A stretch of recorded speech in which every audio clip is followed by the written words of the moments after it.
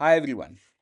आपको थंबनेल में देख के ये समझ में आ ही गया है ये वीडियो किसके लिए सबसे ज़्यादा इंपॉर्टेंट है। तो yes, RBI grade B 2025 aspirants आपके लिए सबसे ज़्यादा इंपॉर्टेंट है, क्योंकि इस वीडियो में मैं आपके साथ ये डिस्कस करूंगा कि phase two paper finance and management में किस तरीके का सवाल आया और आपको अपनी तैयारी को किस डायरेक्शन में लेके जाना है, ये आपको इस वीडियो से समझ में आएगा। Right? So please watch this video till the end because I am going to discuss each and every question. Objective, descriptive, memory based paper। शुरू करते हैं अब हमारा क्वेश्चन उसके आंसर्स और कवरेज डिस्कशन। सबसे पहले हम शुरू करेंगे एग्जाम पैटर्न से। अगर आप एग्जाम पैटर्न देखोगे तो एग्जाम पैटर्न कुछ इस तरीके से है, जहाँ पे फाइनेंस एंड मैनेजमेंट में 30 सवाल आता है, जिसमें से जो 20 क्वेश्चन है ये 2 मार्कर होता है, मतलब 40 मार्क्स का, और जो 10 क्वेश्चन होता है ये 1 मार्क का होता है। दैट मेक्स 50 मार्क का पेपर ऑब्जेक्टिव। ठीक है। डिस्क्रिप्टिव में ऑप्शन के साथ 6 क्वेश्चन आता है, जिसमें से आपको 4 अटेम्प्ट करने होते हैं। राइट। तो अब शुरू करेंगे ऑब्जेक्टिव पार्ट। सबसे पहले हम देखेंगे मैनेजमेंट। तो अगर मैं एक मैनेजमेंट का आपको ओवरऑल रिव्यू दूँ, ओवरऑल रिव्यू इस प्रकार है, एक पैराग्राफ को छोड़ के बाकी सारे क्वेश्चन एक मॉडरेट लेवल तैयारी के साथ आप जवाब दे सकते हो। मतलब आपको बहुत ज़्यादा पढ़ने की ज़रूरत नहीं थी। मैनेजमेंट वाज मॉडरेटली लेवल का एग्ज़ाम था। हाँ, एक पैराग्राफ आप ऐसा बोल सकते हो जो थोड़ा सा टफ लेवल में था, मतलब उसके लिए अच्छा खासा तैयारी के साथ ही आप जवाब दे सकते हो। एल्स आप उसको इस तरीके से ले सकते हो कि आप कितना भी तैयारी कर लो, वो पैराग्राफ कॉम्प्लिकेटेड लगेगा ही। वो कौन सा पैराग्राफ है वो मैं आगे आपको दिखाऊंगा। राइट। क्योंकि मैंने जितने सारे स्टूडेंट से बात किया सबका एक ही रिव्यू था कि सर ये थोड़ा सा टफ था, बाकी सारे बहुत ईजी थे। तो पहला सवाल इसमें ये था कि कम्युनिकेशन से आया था। इसमें कम्युनिकेशन नेटवर्क के बारे में सवाल पूछा गया था, जिसका आंसर सर्कल कम्युनिकेशन होगा। एक चीज आपको नोट करना है कि even the 1 marker questions were lengthy this time. तो मतलब आपको क्वेश्चन को पढ़ के इंटरप्रेट करके आंसर देने में एक टाइम लग रहा था। और देखो कई बार ना चीज़ें साइकोलॉजिकल भी हो जाती है। मतलब when you see a big paragraph for a 1 marker, even though it's very easy, आपके दिमाग में ना एक ऑलरेडी प्रेशर बिल्डअप है कि यार इतना इजी कैसे होगा। तो वहाँ पे एक इस प्रेशर को भी आपको हैंडल करना होगा। Right. Even though the exam was easy, मतलब मेरे हिसाब से जो 12 क्वेश्चन है मैनेजमेंट में, उसमें से अगर मैं पैराग्राफ को हटा दूँ तो सारे इजी हैं। बट स्टूडेंट्स ने कुछ ने बताया इजी है, कुछ ने बताया मॉडरेट है। तो ओवरऑल अगर मैं स्टूडेंट्स फीडबैक दूँ, ये तो मॉडरेट लेवल का ही है। ठीक है। तो कम्युनिकेशन नेटवर्क्स के पीडीएफ में ये कवर्ड था। दूसरा सवाल जोहारी विंडो के कोऑर्डिनेट से पूछा गया था। 4 कोऑर्डिनेट होते हैं, तो उसमें से एक कोऑर्डिनेट के बारे में सवाल पूछा गया था। तो इसका जो जवाब है वो हिडन होगा, और ये हमारा जो मैनेजमेंट वीडियो है, मैनेजमेंट के जो पीडीएफ्स है, टेस्ट है, सारे में ये कवर्ड है। तीसरा जो लीडरशिप स्टाइल से सवाल पूछा गया था। हाँ देखो, ये जो एक सवाल है, मतलब ये मैं बताऊंगा कि ये एक मेमोरी वाला सवाल है। मतलब तो you would be answering it in a matter of may be 10 second. आपने नहीं पढ़ा है, आपको याद नहीं है, तो आप इसे गेस वर्क नहीं कर सकते हो। सिंपल सवाल पूछा गया था। स्टूडेंट्स ने ये बताया कि सवाल लेंदी था, लेकिन पूछा तो मैनेजरियल ग्रिड के बारे में था। तो ये ब्लेक एंड माउंटेन इसका जवाब होगा। तो आप देख सकते हो ब्लेक एंड माउंटेन पे एक बहुत अच्छा नोट हमारे पीडीएफ में लिखा हुआ है, उसका स्क्रीनशॉट भी मैंने डाल दिया है। क्वेश्चन नंबर 4 मोटिवेशनल थ्योरी के ऊपर में था, जो एक्सपेक्टेंसी थ्योरी है उसके बारे में पूछा गया था। इसका आंसर भी एक्सपेक्टेंसी थ्योरी है, और ये भी हमारे पीडीएफ में कवर्ड है मोटिवेशन के। राइट। देखो ये जो मोटिवेशन, लीडरशिप, ये थ्योरी स्टाइल्स किसने दिया, कब दिया, तो ये थोड़ा सा मुझे समझ में आता है कि आपके एंड पे चैलेंजिंग हो जाता है if you are not from that background, क्योंकि आपको याद रखना होता है। बट इसका एक सिंपल सोल्यूशन ये है, 2025 का एक्सपीरियंस आप अभी से समझ लो, वो है revision, revision and revision. That is the only way you are gonna work all this questions like a cake walk, वरना कॉम्प्लिकेटेड लगेगा। राइट। चलो, अब ये ऑर्गेनाइजेशनल चेंज के बारे में एक पैराग्राफ आया था। ठीक है।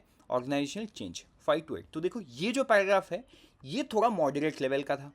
ठीक है। लेकिन इसमें से एक सवाल जो है वो थोड़ा सा हटके आया था, वो मैं आपको आगे बताऊंगा। इसमें भी जो पहला है, 11 चेंज मॉडल के बारे में पूछा गया था। तो 3 चेंज मॉडल ये भी हमारे पीडीएफ में कवर्ड है।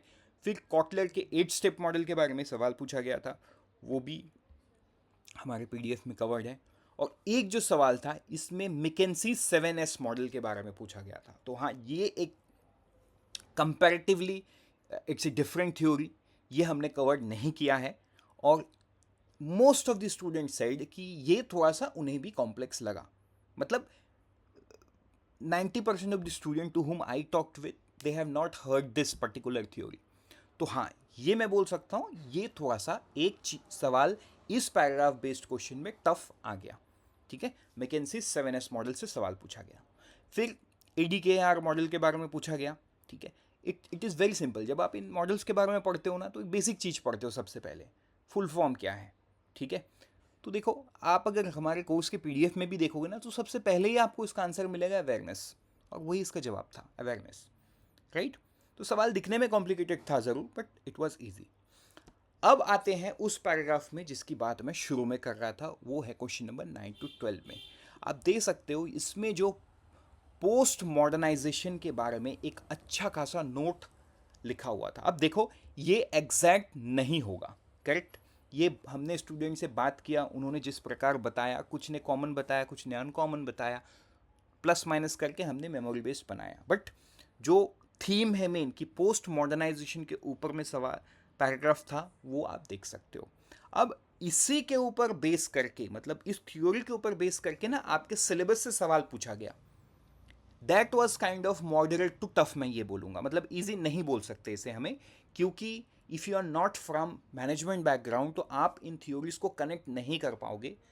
राइट, तो यहाँ पे आप बोल सकते हो कि इस तरीके से था। इसमें पोस्ट मॉडर्नाइजेशन की थ्योरी को लेते हुए उन्होंने ये पूछा, decision making in the organization, मतलब ऑर्गेनाइजेशन बिहेवियर से जोड़ के सवाल को बनाया गया। तो इसमें कंटीजेंसी थ्योरी आंसर में होगा, जो कि हमने कवर किया है। बट यहाँ पे मैं आपको एक फैक्ट बता दूँ, even though let's say you have covered contingency theory, right, आपको पता है, उसके बावजूद भी आपको, if you are not from the background, इसे पढ़ने के बाद थोड़ा सा आपको लगेगा। तो देखो, ये आप कैसे दूर कर सकते हो 2025 के एस्पिरेंट्स, ये आप तभी दूर कर सकते हो when you are well revised, ताकि आपके टिप ऑफ द टंग पूरा थ्योरी बैठा हुआ है and you understand that in and out, only then you would be able to answer. Right, तो उनके लिए ये आसान था, but for others who have just prepared, उनके लिए थोड़ा सा कंफ्यूजिंग लगा, but yes, many of them have answered as well. फिर इसी पोस्ट मॉडर्नाइजेशन टेक्निक क्रिटिक को जोड़ते हुए इसमें एमरजेंट चेंज मॉडल के बारे में सवाल पूछा गया। आंसर एमरजेंट चेंज मॉडल ही है, आप देख सकते हो, ये भी हमने हमारे कोर्स में कवर करके रखा है। ठीक है, फिर पैसेज को इसमें, मतलब पैसेज को जैसे आपका डिस्क्रिप्टिव इंग्लिश में होता है, पैसेज के थीम के बारे में पूछा जाता है। एक सवाल वैसे था। यहाँ पे एक स्टूडेंट ने बहुत ही इंटरेस्टिंग चीज़ बताया कि सर, अगर मैनेजमेंट का कुछ नहीं पता, even if I have read the paragraph well and I have understood, I was able to answer it. मतलब ये एक ईजी सवाल भी आया था। तो देखो, ऑल्दो जो क्वेश्चन पेपर है कितना बैलेंस सेट हुआ, जो पैराग्राफ आया ये आउट ऑफ द बॉक्स आया, उसमें से एक दो सवाल बैलेंस आउट हुए, एक दो सवाल टफ हुआ। मतलब I would say it is an fabulous question to be asked in an exam like RBI। तो इसका आंसर क्या है? Transformational leadership. When you read the paragraph you will understand. Next is, ये भी हमने कवर करके रखा है हमारे PDF में। दूसरा, post modernization often emphasizes the role. ये भी पोस्ट मॉडर्नाइजेशन के ऊपर में 4 सवाल था। तो इसमें हाइसबर्ग 2 फैक्टर थ्योरी के बारे में पूछा गया, जो कि हमने कवर किया है, आप स्क्रीनशॉट में देख सकते हो। ठीक है, ये सब हमारे कोर्स वीडियो और हमारे कोर्स PDF के स्क्रीनशॉट लगाए हुए हैं। फिर आते हैं फाइनेंस में। फाइनेंस में पहला सवाल रेट्स के ऊपर में आया था। तो आई थिंक ये मार्च में आया था, राइट। इसका आंसर 50 करोड़ है। अगर आप जनरल अवेयरनेस को अच्छे से पढ़े हो तो you would be able to answer it out. ठीक है, in general awareness we have covered this, 50 crore was the answer. इसके बाद का अगर मैं सवाल बताऊं, ठीक है, वो है यूपीआई सर्कल या डेलीगेटेड पेमेंट, जो RBI ने हाल ही में अपने एक मॉनेटरी पॉलिसी में RBI के गवर्नर ने बताया था, उससे सवाल आ गया।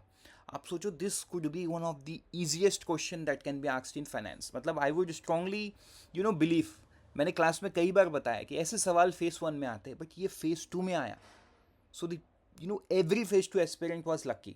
आई वुड से, क्योंकि ऐसे सवाल में मार्क्स लाना इज़ वेरी गुड। तो ये भी है। इसमें आंसर क्या होगा, 5 होगा।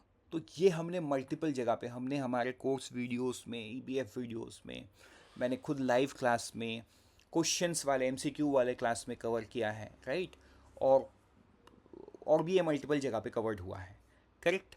तो ये आप देख सकते हो। वैसा ही मतलब मैंने 2 स्क्रीनशॉट दिया क्योंकि ना मल्टीपल जगह पे कवर्ड है, so I thought of giving 2 screenshot. फिर NBFC का कैलकुलेशन CRAR के ऊपर में एक सवाल बना था, जिसका answer credit risk, market risk, operational risk, basically ये बेसल नॉर्म्स है, ठीक है। Risk management in the system, ये बेसल अकॉर्ड से आया है। तो ये हमारा जो PDF का स्क्रीनशॉट मैंने डाला है, ये हमारा बेसल नॉर्म्स का ही PDF है। इसमें ऑल्दो स्क्रीनशॉट में आपको सिर्फ वही कीवर्ड्स दिख रहा है, but when you read the entire PDF you will get to know about each, ठीक है। फिर एक पैराग्राफ आया था डेट सिक्योरिटी के ऊपर में, इसमें भी कुछ UPI को लेके बात किया जा रहा है। अब ये भी एक इंटरेस्टिंग बात है कि ये भी बहुत ही लेटेस्ट न्यूज़ है, जिसको सेबी ने चेंज किया था, ठीक है। तो इसमें डेट सिक्योरिटी रिटेल इन्वेस्टर्स के लिए कौन सा मीडियम को सेबी ने चूज़ किया, ये सवाल पूछा गया। तो ये एक ही स्लाइड मैंने मल्टीपल क्वेश्चन में लगाया, क्योंकि एक ही स्लाइड में एवरीथिंग वॉज कवर्ड। इसका आंसर UPI होगा। फिर ये 5 लाख तक के लिमिट को सपोर्ट करेगा, ठीक है। ये इफेक्टिव होगा November 1 पे, मतलब 1 नवंबर 2024 पे ये इफेक्टिव होगा। ये सारा चीज़ लाइव क्लास पे कवर्ड हुआ था, उसका स्क्रीनशॉट मैंने डाला हुआ है। तो आप सोचो, एक ही PPT से 4 सवाल, वो भी फेज 2 में बन जाना। The exam was on the easier side, that is the only conclusion, ठीक है। चलो, तो आई थिंक देखो ये 1 नवंबर, ठीक है। फिर इसके बाद एक WMA, ways and means advances, इसकी बात करते हैं। इसमें सेकेंड हाफ का पूछा गया था, ठीक है। सेकेंड हाफ में भारत सरकार ने RBI के साथ WMA, जो शॉर्ट टर्म टेम्पररी मिसमैच होता है ना, उसको वेज एंड मीन एडवांसेस से पूरा किया जाता है। तो उसका लिमिट क्या है, ये पूछा गया था, ठीक है, 50,000 करोड़। तो ये भी हमने कवर कर रखा है, ये भी आप स्क्रीनशॉट में देख सकते हो। इसमें मैं आपको एक बात बताऊं, कुछ स्टूडेंट्स ने कंफ्यूज हुआ, फर्स्ट वाला का लिमिट, मतलब जो फर्स्ट हाफ ऑफ FY25, उसमें 50,000 लिमिट नहीं था। तो कुछ स्टूडेंट उससे कंफ्यूज हो गए। तो इसीलिए it is very important that you understand what is asked in the question में सेकेंड हाफ एकदम क्लियरली मेंशन था, but few of them have just thought कि पहले वाले की बात कर रहे हैं और जल्दी से लगाओ, आगे बढ़ो, ठीक है। तो वहाँ पे कुछ स्टूडेंट्स ने गलती भी किया है। इसके बाद एक सस्टेनेबल डेवलपमेंट गोल्स के ऊपर में सवाल फाइनेंस में बना है। ऑल्दो मतलब ये एक ESI टॉपिक है, but we always tell you in the class there is a very thin line between few topics that can come in finance, that can come in ESI also, ठीक है। तो sustainable development goals के ऊपर में एक सवाल, easy सवाल बना था, पैराग्राफ लंबा चौड़ा था, लेकिन ये पूछा गया था कि सस्टेनेबल डेवलपमेंट किसको रिप्लेस किया है, SDG ने किसको रिप्लेस किया है, वो MDG को रिप्लेस किया है, ठीक है। तो आंसर इसका MDG होगा, ये हमारे सस्टेनेबल डेवलपमेंट गोल्स। लेकिन हाँ, ये ESI में कवर्ड है, ना कि ये फाइनेंस में कवर्ड है। तो ये जो स्क्रीनशॉट आप देख पा रहे हो, ये हमारे ESI के हैं, ठीक है। इकोनॉमिक एंड सोशल इश्यूज से मैंने स्क्रीनशॉट को लिया है। फिर उसके बाद एक जो सवाल था, वो स्टूडेंट्स ना क्लियर नहीं है, तो वो मैंने लिख दिया इट इज़ नॉट क्लियर, मतलब वो कोई भी कीवर्ड्स नहीं मिल पा रहा है, तो उसमें आगे बात ही नहीं किया, क्योंकि ये पैराग्राफ है, इस वजह से यहाँ पे मैंने मेंशन किया है, ठीक है। आप कन्फ्यूजन नहीं होना कि एक सवाल छूट गया है, छूटा नहीं है, ये क्लैरिटी नहीं मिल पाया, तो इस वजह से मैंने ऐसे छोड़ दिया। फिर regulatory reforms, T+6 working days को कितने से RBI सेबी ने चेंज किया है, ये सवाल बना था, तो T+3, ये भी हमने कवर कर रखा है, ये स्क्रीनशॉट आप देख सकते हो, ठीक है। फिर एक पैसेज आया था RBI MSME, है ना, सेमी अर्बन एरियाज के डेवलपमेंट को लेते हुए। इसमें एक थोड़ा सा पुराना डेटा पूछा गया था कि जो स्मॉल फाइनेंस बैंक है, वो कौन से कमिटी से रिलेशन है, मतलब Nachiket Mor committee was given in the question and you were to figure it out which bank. तो ये हमारे small finance bank, payment bank वाले PDF में कवर्ड है। अच्छा, तो देखो एक जो सवाल है 12 नंबर, ये मैं बोलूँगा it is not directly covered, but it is very easy. अगर आप इस सवाल को पढ़ोगे, मतलब स्टूडेंट हैव सेड कि सर इसमें लिए तैयारी की ज़रूरत नहीं थी, वो पढ़ के ना पैराग्राफ पढ़ के ही क्लियर हो जा रहा था कि इसमें जवाब क्या देना है, ठीक। डिस्क्रिप्टिव इंग्लिश में जैसा होता है ना, उस तरीके का आपको थोड़ा लॉजिक लगाना होता है, and that is how you were able to answer, ऐसे स्टूडेंट का कहना था, राइट। तो अगर मैं क्वेश्चन नंबर 13 की बात करूं, तो जो नेक्स्ट क्वेश्चन है इसमें भी नचिकेत मोर कमेटी के बारे में पूछा गया था और इसका आंसर 2016 हुआ। तो देखो ये भी हमने डायरेक्टली तो पीडीएफ में नहीं है, ठीक है, we have not covered, but कहीं ना कहीं देखो नचिकेत मोर कमेटी एक पुराना कमेटी है and often we discuss it in the live class, ठीक। बट हाँ, एग्जैक्ट 2016 जो है इस कीवर्ड को हमने कवर नहीं किया है, but it was an easy thing, क्योंकि आप जब small finance bank payment bank के बारे में पढ़ते हो तो नचिकेत मोर कमेटी के बारे में पढ़ना लाजमी है, वहीं से इनका जन्म हुआ है, राइट। तो उसी से रिलेटेड सवाल था। फिर क्वेश्चन नंबर 14 में डिफरेंस पूछा गया था, मतलब एक सवाल स्टूडेंट्स ने बताया कि बहुत लेंदी था, it was a comparison between small finance bank and payment bank. तो आप देख सकते हो इस तरीके से हमने ये भी सेम पीडीएफ में कवर करके रखा है। आगे बढ़ते हैं डिस्क्रिप्टिव की तरफ। तो डिस्क्रिप्टिव में देखो एक डेरिवेटिव को लेके सवाल था, जो कि हमने एक डेरिवेटिव का पूरा स्पेशल चैप्टर है, मतलब इसमें 4-5 वीडियोस है, 5 पीडीएफ्स है, टेस्ट है। तो डिस्क्रिप्टिव में ना आपको लिखना होता है, मतलब ऐसा नहीं है कि एक पीडीएफ पढ़ लोगे तो काफ़ी है, no, you have to know the chapter, आपको इन एंड आउट चीज़ें पता होना चाहिए, तभी आप एक बेटर आंसर लिख पाओगे, ठीक है। तो डेरिवेटिव को हमने पूरा अच्छे तरीके से कवर करके रखा है। उसके बाद चैनल्स ऑफ कम्युनिकेशन। तो देखो चैनल्स ऑफ कम्युनिकेशन कितना इंपॉर्टेंट है, ये आपके ऑब्जेक्टिव में भी आया है, ये आपके डिस्क्रिप्टिव में भी आया है, राइट। तो इसमें कम्युनिकेशन का एक अलग ही चैप्टर है जिसमें चैनल्स ऑफ कम्युनिकेशन का we have videos and we have PDF, उसको आप अच्छे से पढ़ लेंगे तो ये एक इजी आंसर, मतलब इसका आंसर इजीली आप लिख सकते हो। फिर 81 बॉन्ड के बारे में, यस 81 बॉन्ड ये एक टेक्निकल हो जाता है थोड़ा सा, मतलब इसमें गेस वर्क आप नहीं कर सकते हो। तो देखो ये 81 बॉन्ड के बारे में we have covered this in the Basel accord, जिस हमने वीडियो बनाया बेसल अकॉर्ड और बेसल नॉर्म्स की जो पीडीएफ्स है उसमें आपको कवर्ड मिलेगा। बट हाँ, that is not enough to answer this, correct. तो इसीलिए आपको देखो, मतलब Sushil sir is an person who guides all of you, आप जानते हो, करेक्ट। तो सर ने 1 साल पहले ही एक वीडियो बनाया था, है ना। तो क्योंकि ये बहुत ही चर्चा में रहता है, बहुत ही न्यूज़ में रहता है 81 बॉन्ड, तो सर ने ना इसको डीपली एक्सप्लेन किया था 81 बॉन्ड को यूट्यूब में। तो अगर किसी ने ये वीडियो भी देखा होगा ना, तो उसने बहुत बढ़िया आंसर दिया, बहुत ही बढ़िया आंसर दिया। और एक इंटरेस्टिंग चीज़ बताऊं, while I was discussing one of the student have mentioned this कि मैंने सर का वो वीडियो देखा था, लेकिन वो बहुत पहले देखा था तो मुझे पूरा याद नहीं है, but still that made me remind also कि सर ने तो वीडियो बनाया है, सर के उस वीडियो को मैंने यहाँ पे एज ए स्क्रीनशॉट आपको दिखाया है। So yes, we have covered this as well. इसके बाद एक सवाल आया था, what is difference between value investing and growth. तो देखो ये एक क्वेश्चन है, मैं बोलूँगा ये डायरेक्टली कवर्ड नहीं है, करेक्ट, एंड ये आउट ऑफ द बॉक्स भी है।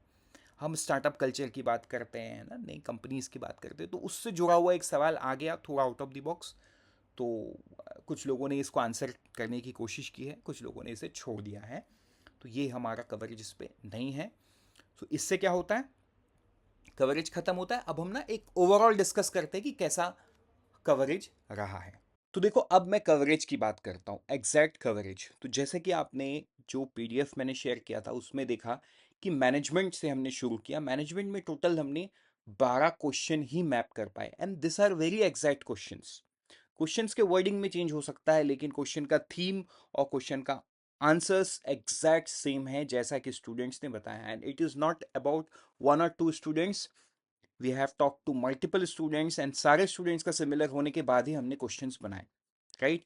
तो ये 12 क्वेश्चन में से 11 कवर्ड है हमारे कोर्स में। कोर्स के पीडीएफ मैंने आपको शेयर किए हैं, कोर्स के वीडियो से मैंने स्क्रीनशॉट शेयर किया है, ताकि आपको ये समझ में आए कोर्स मटेरियल को एग्जैक्टली कैसे आपको यूज करना है, कितना इंपॉर्टेंट होता है वो।